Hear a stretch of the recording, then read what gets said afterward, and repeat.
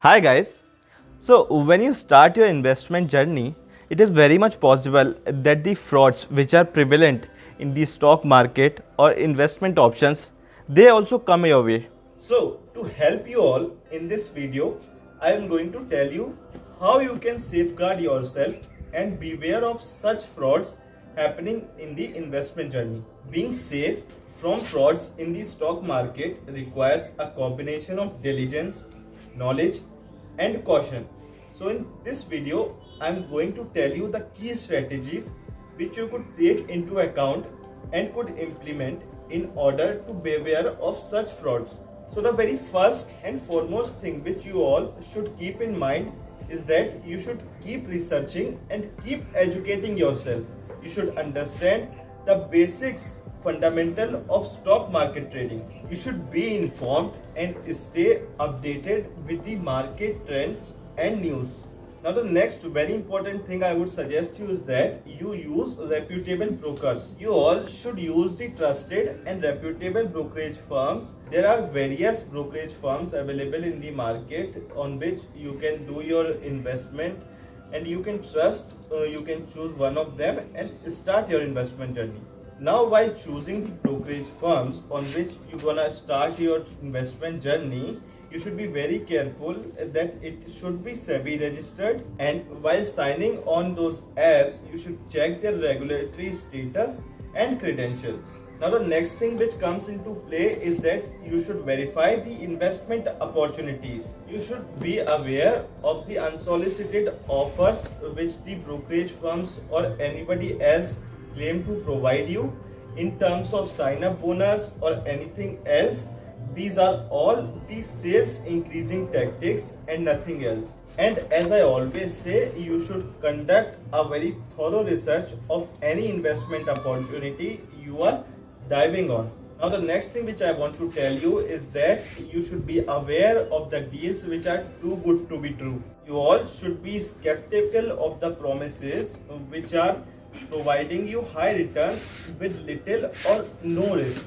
You should understand that all the investment options, they have some degree of risk. Now if you want to safeguard yourself from frauds, it is very much important that the brokerage firm in which you are investing, you should check the regulatory compliance of that. You should make sure that the firm in which you are investing, in which all your investment, they should be compliant with the respective regulatory authority. Now one thing you can do is you should verify the status of your investment and the people behind it through the resources like SEC's Edgar in the US database and a similar kind of database in the other countries. Now the one thing which I keep reminding you again and again is that you should diversify your investment. You should not put all your money into one kind of similar stock or particular sector. You should keep it diversified. You should diversify all your capital into different stocks of different sectors. You should invest your capital into different stocks of different sectors in order to mitigate the risk. In order to detect any kind of fraud which could happen to your portfolio promptly, you should regularly keep a check on your portfolio. You should monitor and keep a track of your investment portfolio regularly. Now guys, in order to safeguard yourself from different kinds of frauds, you should also keep a check on your transaction statements, daily trade statements or monthly trade statements, and look out for any unauthorized transactions which might have happened to it. One more thing guys, you should be aware of the pump and dump scheme. Now about this pump and dump scheme, I've told you in my earlier several videos also many times that you should be cautious of the stocks which are heavily promoted.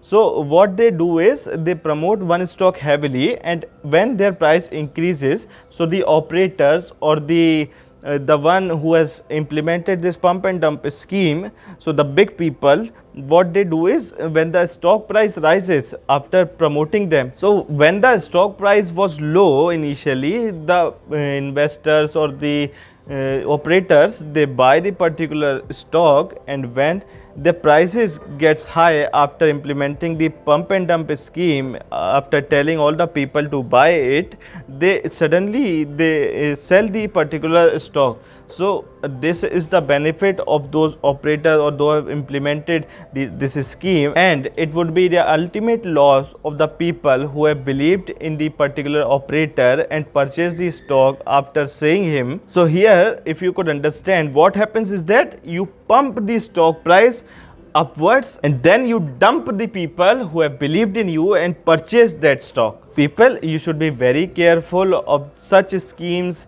such tactics. You should avoid the stocks which are heavily promoted, and especially from the companies those who don't have so much of the reputation in the market. So what you should do is that you should verify always before investing the legitimacy of the company and the proper documentation of the company. Now guys, this finance sector is one thing, this investment niche is one thing which has the high amount of risk. So this can bring you a huge strategy, a huge amount of frauds to you. So you should always protect your personal information, and you should avoid sharing your financial information online. You should use strong and unique passwords for your brokerage accounts. You should always report any kind of suspicious activity immediately which you feel is happening with your account, and you should report it to your brokerage firms or the any regulatory authority just like SEBI